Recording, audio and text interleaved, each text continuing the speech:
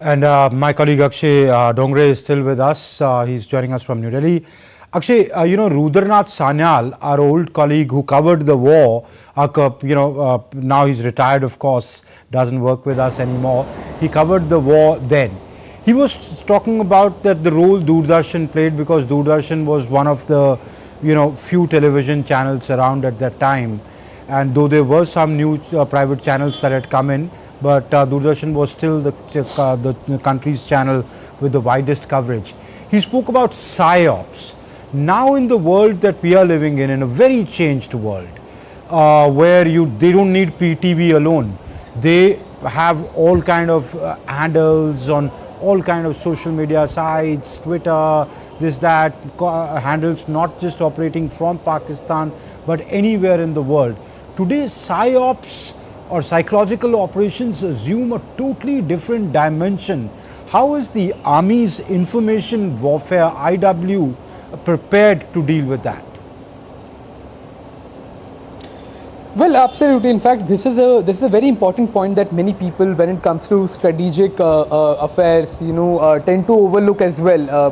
Given the fact that it's not just the tanks or the fighter aircraft or the guns that are now winning the battle. It's more than that. It's much more than that. In fact, since 1999 to 2024, the keyboard warriors are as dangerous.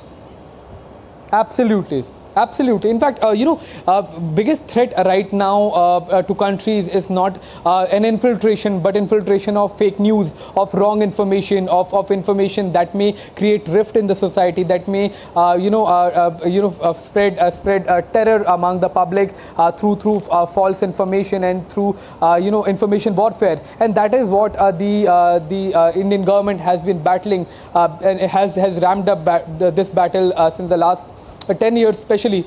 Amritpal, in fact, when we look at the IW, the IW division of the Indian Army, we have seen that young boys, from their colleges are being hired for specific purposes in the Indian Army as well. With an aim to ensure that the cyber security of the Indian Armed Forces remain safe. In fact, it's not just the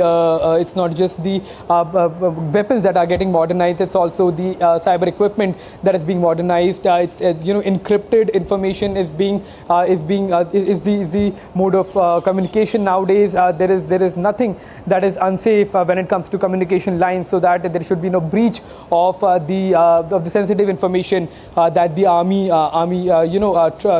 communicates, or rather uses on a day-to-day basis. So all of these aspects have in fact gone through rapid transformation as well. It's not just the Indian Army. In fact, the Indian Navy has its own server, the Indian Air Force has its own dedicated server, and the Indian Army obviously has its own wing of communication, which helps it keeping the communication lines safe, because it has widened to such an extent that it's not just through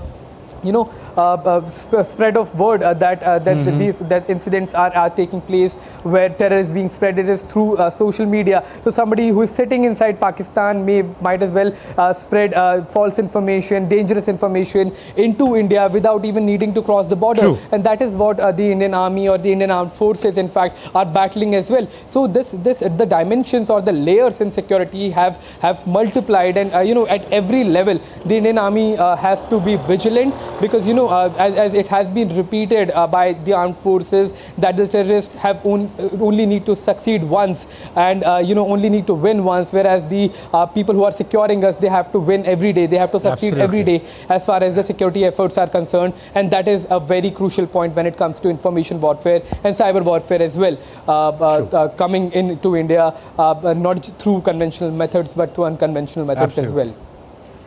Akshay, we leave it there. Many thanks for joining us and giving us your perspective on that and updates on that. Let's go over to